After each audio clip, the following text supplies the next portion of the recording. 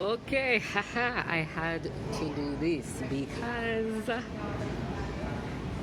I wasn't trying to get back on TikTok, but I prayed to God about 10 minutes and 57 seconds ago.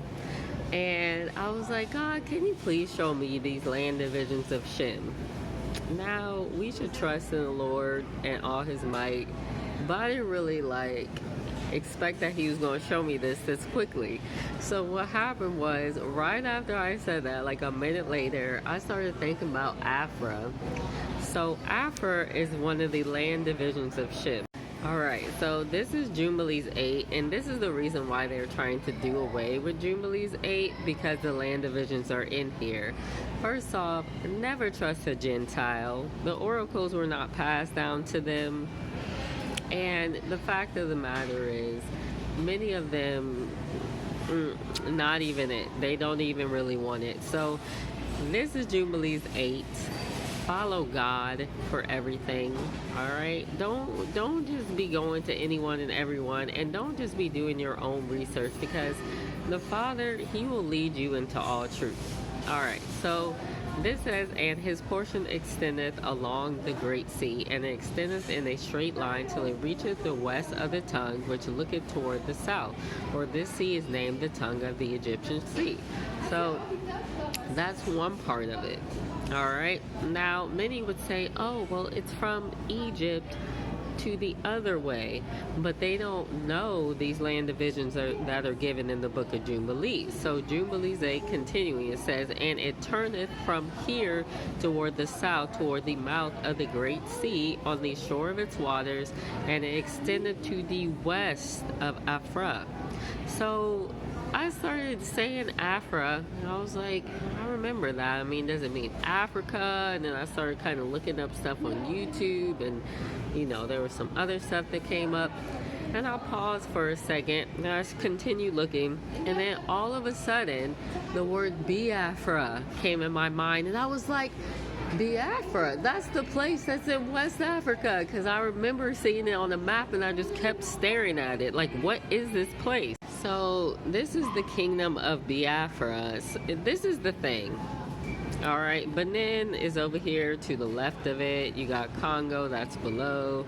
The kingdom of Zamfara, which actually kind of answers another one of my questions, and I didn't even see that part. Now I have to go check and see. So as you can see, Biafra, it's actually called the land of the rising sun, which I think is so interesting, because isn't Japan called that?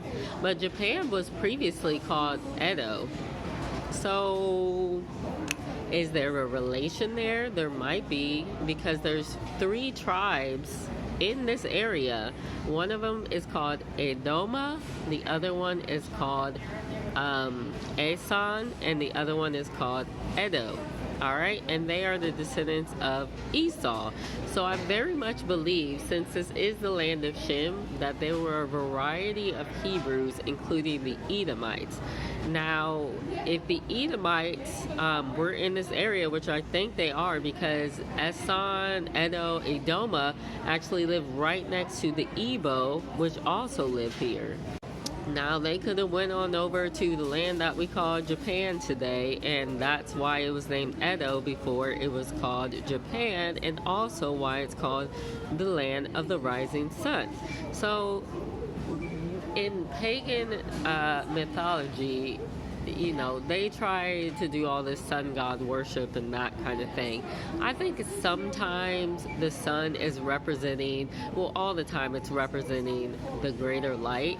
And when you have the greater light, you have the sun as in the word of God, as in the only begotten son. But the sun is not God, and the son of God is not the sun god. All right, you get that? But there's a correlation, I believe. So you have all these tribes here. You have, let's see, the Agbor, Asaba, Abba. So Abba, we know in Hebrew means father. The Orlu, the Calabar.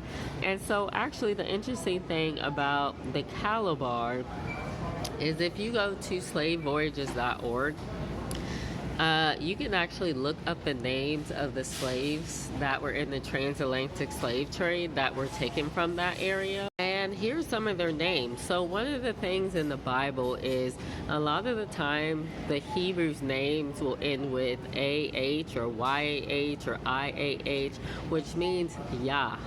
All right, it'll also end with L or Am. And so these are the names of some of the slaves that came from this land: Fodoya, Boya, Eyaba, Agureya. Okay, they have the name of God in their names. I believe that this is is it? Okay, so this is a modern depiction here of what looks to be West Africa, including this land of Biafra that's in it. And so these tribes, I don't know if the names changed, it kind of looks like that. But you have my folks, the Yoruba, you have the Edo, which are right next to the Yoruba. You got the Igbo, you got the Efik. And apparently these Calabar Jews, they are mostly linked with Ibibio, and Efik. Sorry if I'm butchering these names. I know sometimes people get offended, mostly South Africans, when you don't pronounce their names right, but I cannot say that you would come over here and pronounce every English word correct, so please give me a break. I'm trying to expose the lies and trying to set the history straight concerning the actual descendants of Israel, so this is for a greater purpose, alright? Now, I had asked God a while ago, who is Japheth, because something ain't adding up. And so he did tell me, like, these Native Americans, they're Japheth. And so you have this I just found because I was looking at that previous map, and it says, and for Japheth came forth the third portion beyond the river Tina, to the north of the outflow of its waters, and extendeth northeasterly to the whole region of Gog, and to all the country thereof, and it extendeth northerly to the north, and extendeth to the mountains of Celt towards the north. So I mean, Celt is probably really Celt, right? I mean, Celts, I guess you can call it that. And we definitely associate that with what typically Scotland and Ireland and Welsh and British people and all that. So, I mean, that's something to pray about. But it says toward the north, toward the Sea of Maok, and goes forth to the east of Gadir as far as the region of the waters of the sea, and extendeth until it approach the west of Farah, and it returneth toward Apharag, and extendeth easterly to the waters of the Sea of Maat. So, looking at that prior map, we have the kingdom of Zanfara. Now, this could possibly be part of the land of Japheth as well. I know they spend a lot of time trying to separate, sub-Saharan Africa from the rest of Africa. Maybe this is why. Maybe it's coming from the division of these mountains. I don't really know, but it would be interesting that if, your Tunisians and your Algerians and these people are actually the descendants of Japheth.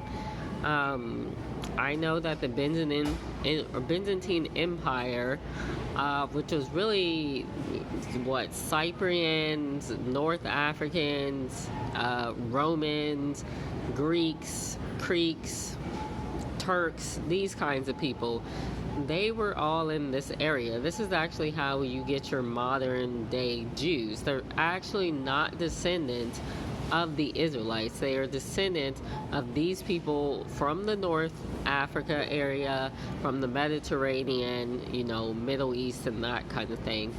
And, you know, I have the DNA evidence to prove concerning that. I want to pause and read this. I thought I was making that whole thing up, but apparently I wasn't. So this talks about Edom and where he was.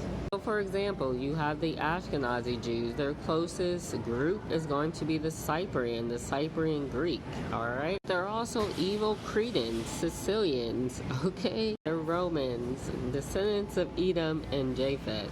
So the plot thickens. Keep doing your research. Follow the Ruach.